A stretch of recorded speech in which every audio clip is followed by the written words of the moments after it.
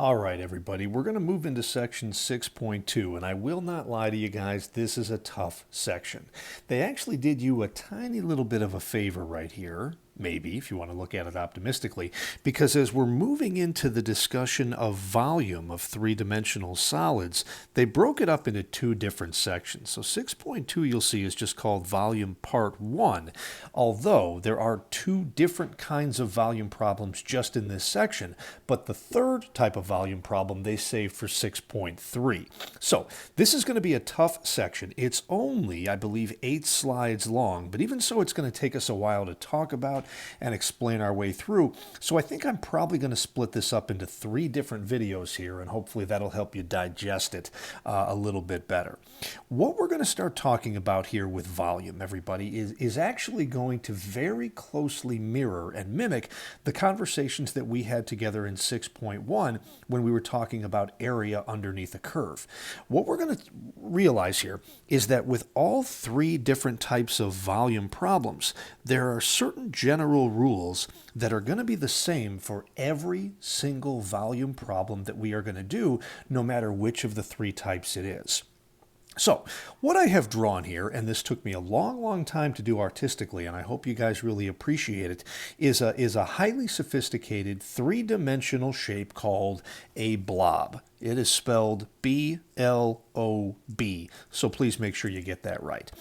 It's not supposed to look like anything, and that's exactly the point, because we've already got geometric formulas for how to come up with the volumes of nice shapes. Okay, things like prisms and pyramids and cylinders and cones and spheres, all those things out there we've got geometry formulas for.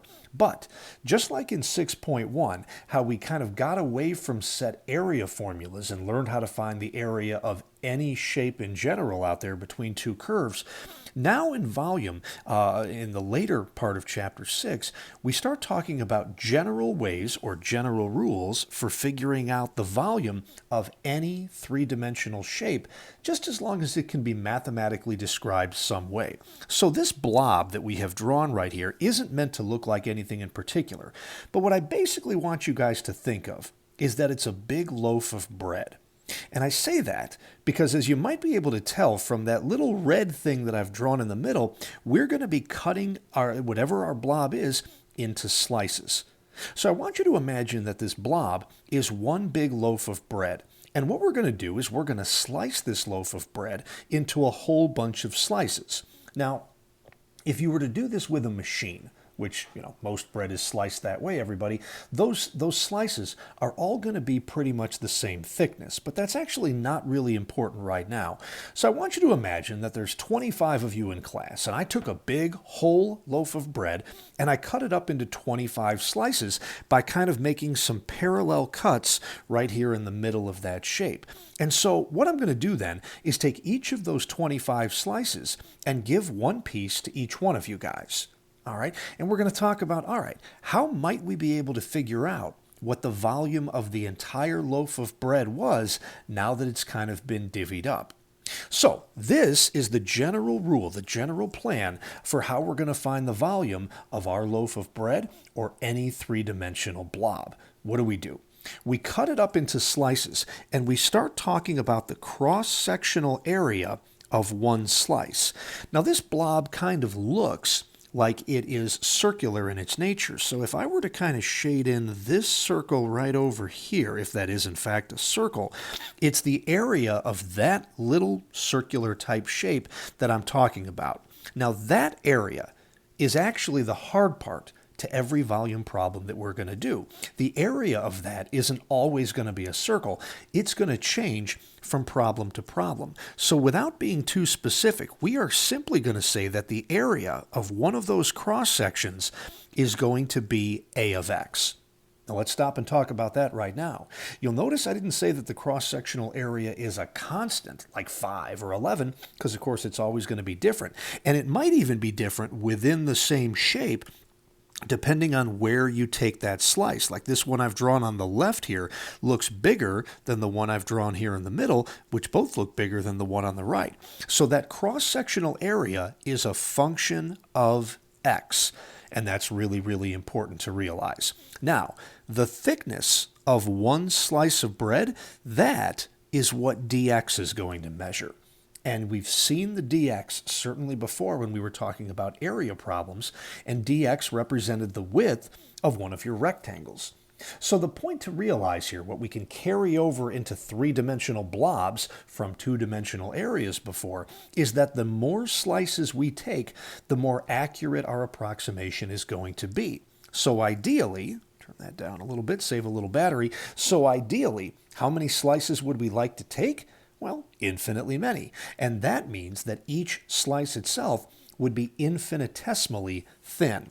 So that's what the dx kind of does for us, guys. It represents the delta x, or the width of each slice, but it's a thickness that's approaching 0. So now, imagine what you're holding in your hand, everybody. Basically, you're holding a little shape that's going to look something like this. And what you're basically dealing with then, guys, is a very small cylinder. And so the volume of a cylinder is going to come by taking the area of its base and multiplying that by its height. Well, here's the area of its base, here's its height. So the volume of one of those slices is going to be the area of the base, a of x, multiplied by the height of that slice, which is going to be dx. So a of x multiplied by dx gets you the volume of one slice. And therefore, if we want to come up with the formula now for the total volume of the entire blob, we're going to add up the volume of all of the individual slices. It's like I asked all 25 of you to measure the volume of your slice of bread. And then you guys could just tell me what they are, what each one is, and then we could just add them all together. So, what mathematical tool do we have here, guys, for how to add up a whole bunch of things together? Hey, funny you ask, that's a definite integral. So the volume of this solid is going to be a definite integral measured from whatever A and B are of the area of each slice, that's A of x, multiplied by the width of each slice, which is dx. Now to be clear, a of x times dx, like we did right here, is the volume of one slice of bread. But by putting a definite integral in front of it, that then adds up all of those slices, infinitely many, and that's going to be our generic formula for how to come up with the volume of a three-dimensional solid. So at this point, we've kind of oversimplified things a little bit, but I do want to say something loud and clear and make sure that everybody hears it. We're going to be learning how to do 3 different types of volume problems, but every one of them is going to use this exact same formula. And coming up with A of x, this amount right here, the formula for the cross-sectional area of one slice, that's going to be the hard part in each particular problem. But once we come up with A of x, the rest of these problems is actually pretty easy because we're going to be using this same formula on every single volume problem. Okay, so with that in mind, let's dive into the first of the 3 types that we're going to see overall, and that is what I'm calling here solids on an axis. Now, when we talk, slide that down a little bit, this is kind of a phrase that I might have made up just a little bit here, solids on an axis. We're talking specifically about 2 shapes that I know you guys know from geometry, and those are pyramids and cones. And when you think about what pyramids and cones have in common, they both have a flat base, and then they have a point on the opposite end of the figure.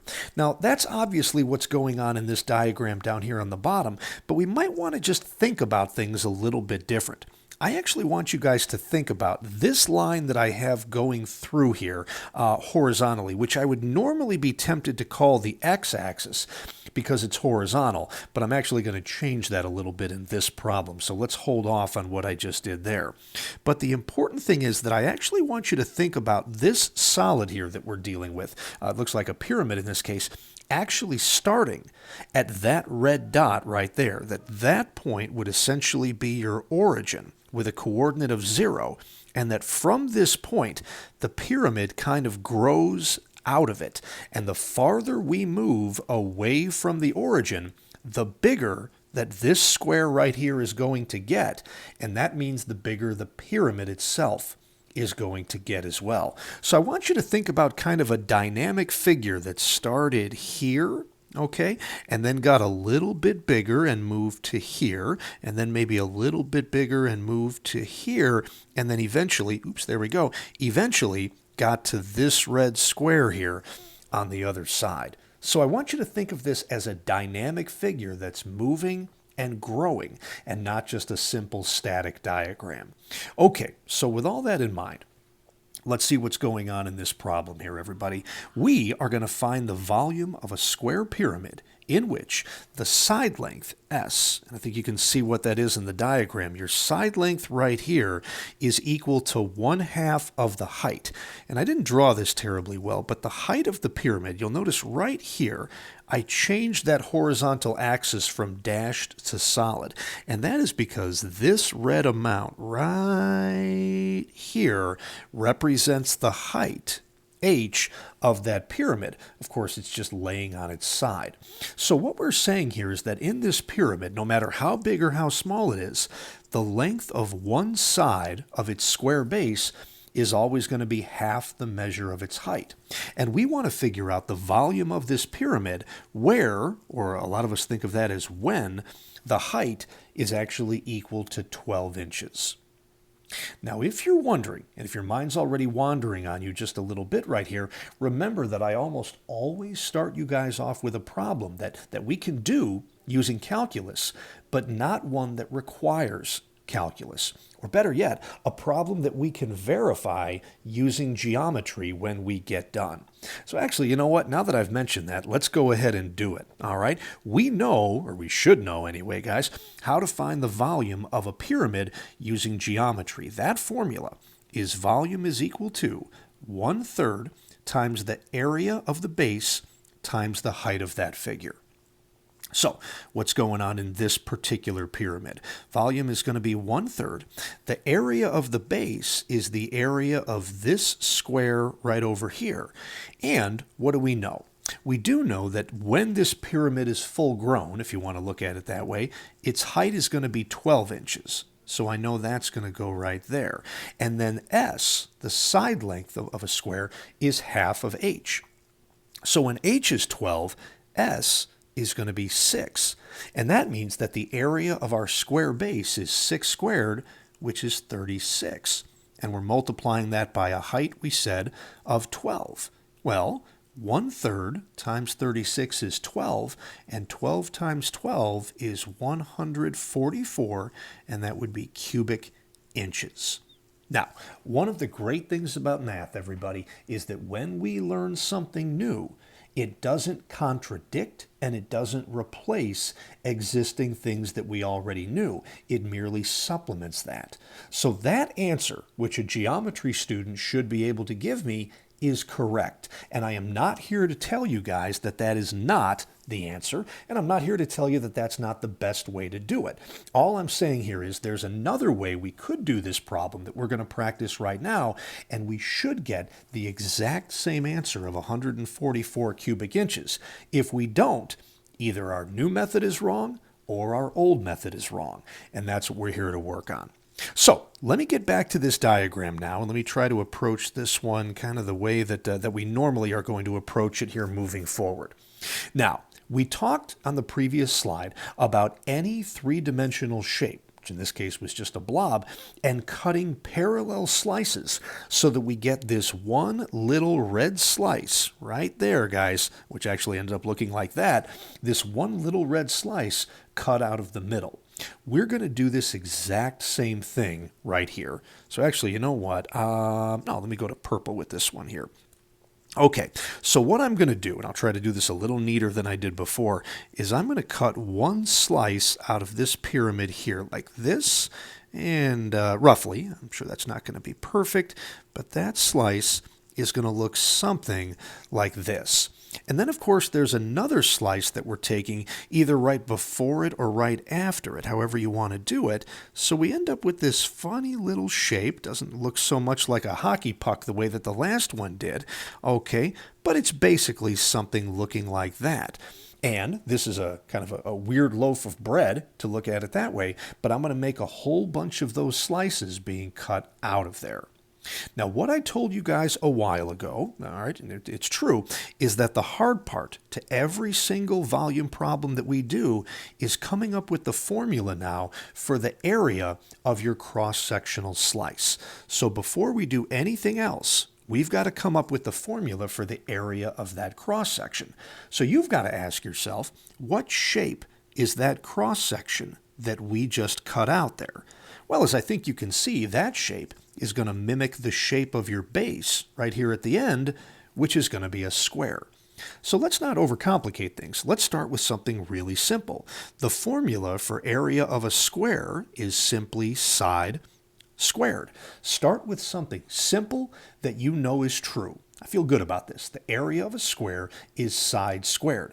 But our goal here is to get area represented as a function of x. Or better yet, and I kind of buried it right now, this axis that I had initially called the x-axis, I'm now actually going to call the h-axis. Because if you recall in red here, h was the height of your pyramid, which is coming all the way down right here. There's really no need to complicate this with another variable. So what we now need to do is express our side length here, s, in terms of this variable, which is h, and that was done very nicely for us right here. S is always equal to 1/2 of h. So I can write area as a function of h now as, well, instead of an s, that's going to be a 0.5h, or I'd actually rather deal with that as a 1/2 h. So that takes the place of s, and don't forget to square it. And the one little thing I can do to make this a little bit easier moving forward now is to simplify that right side and get a of h is equal to a 1/4 h squared. That's not going to get any better than that, guys. That formula right there tells you the area of any one of these cross-sectional squares as long as you know what the height is, meaning how far it is from the origin right here at 0. So now that we know a of h, let me switch colors on you here, guys. And I told you this a little while ago. I'm going to come back to it again. Every single volume problem that we are ever going to do is going to follow this exact formula right here. And the hard part was coming up with the integrand, the cross-sectional area formula, which we've just done. So now from here, this isn't going to be bad at all. Volume. Oh, that was bad. Okay, let's try not doing that, Mr. Fontana, whatever you just did. All right, and let's try this again. So volume is going to be the definite integral. In fact, let me just write out that general formula. From a to b of your cross-sectional area formula taken with respect to x. So that's what it is in general. Now let's apply it to this problem. Volume is a definite integral. I'll leave the limits of integration off for right now.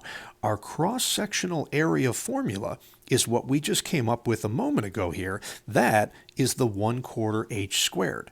And I think you guys know where I'm going with this. The 1/4 I'm going to pull out in front of the integral because of the constant multiple rule, and we're just going to have an h squared for your integrand.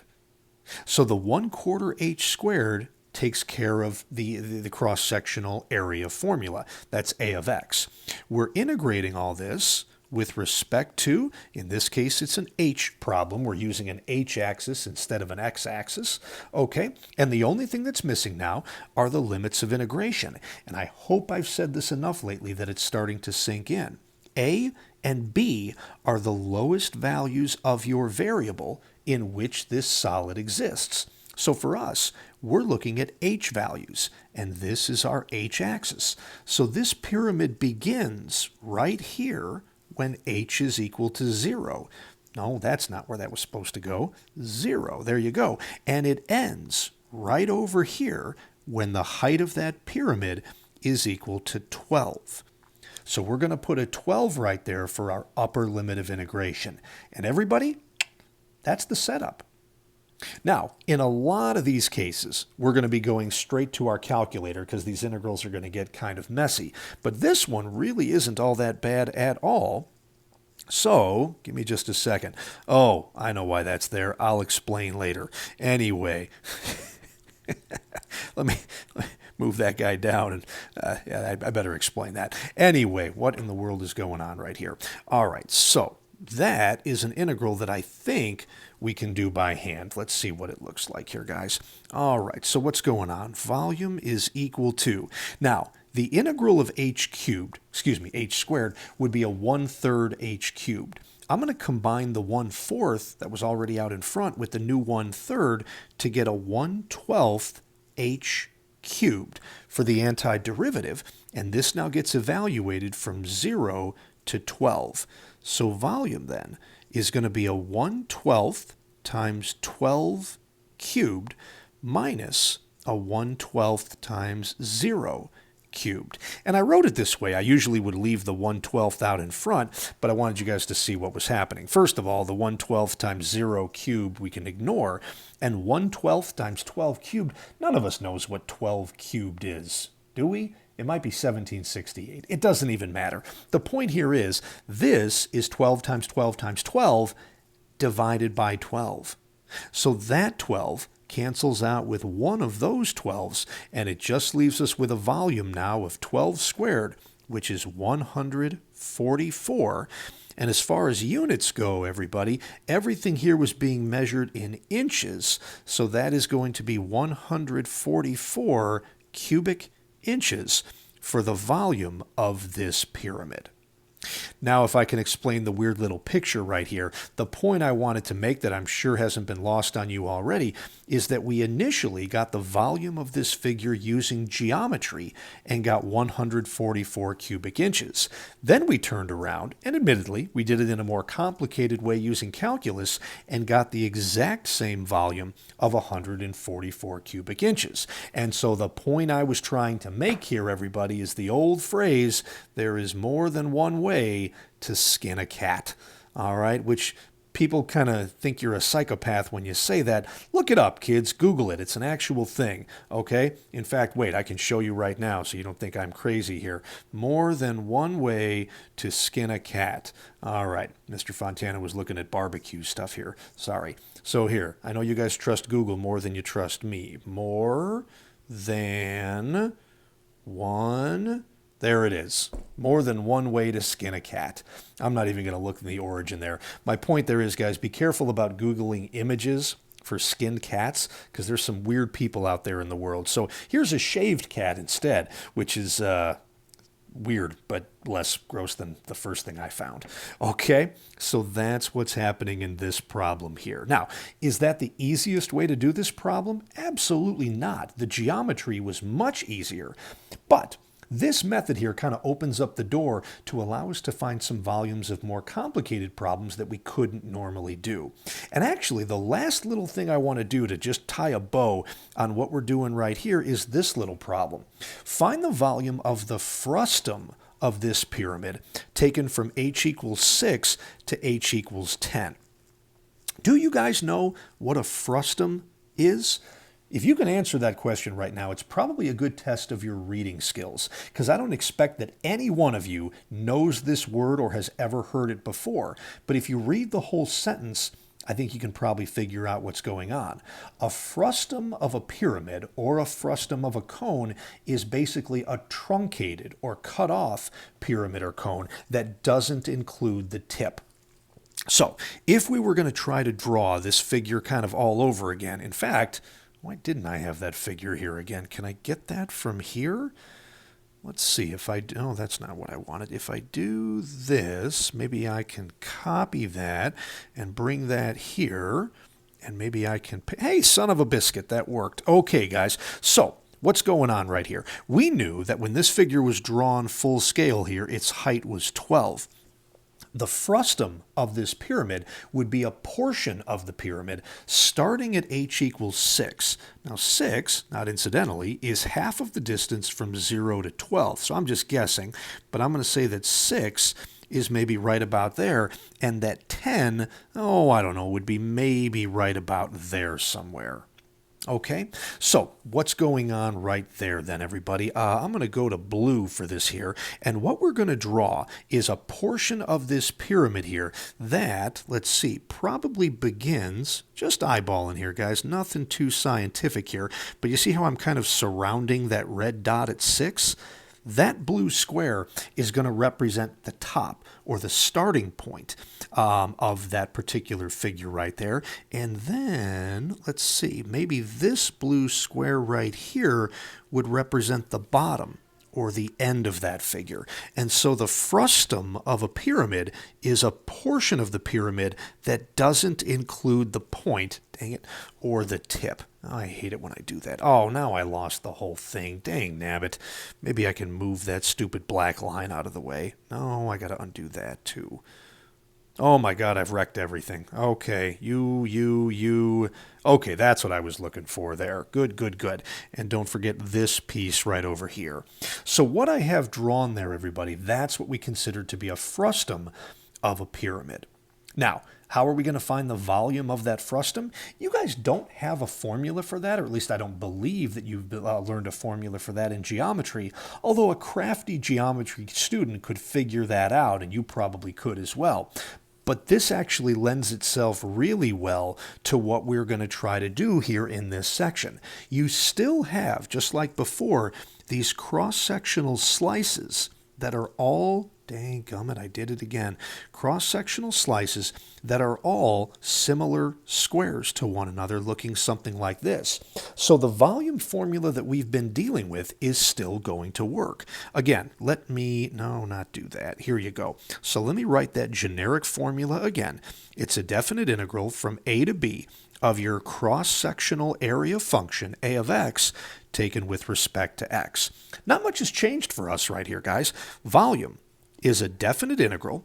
The a of x function we came up with in the previous problem is still valid now. That was going to be a 1/4 times h squared. And we're still integrating with respect to h.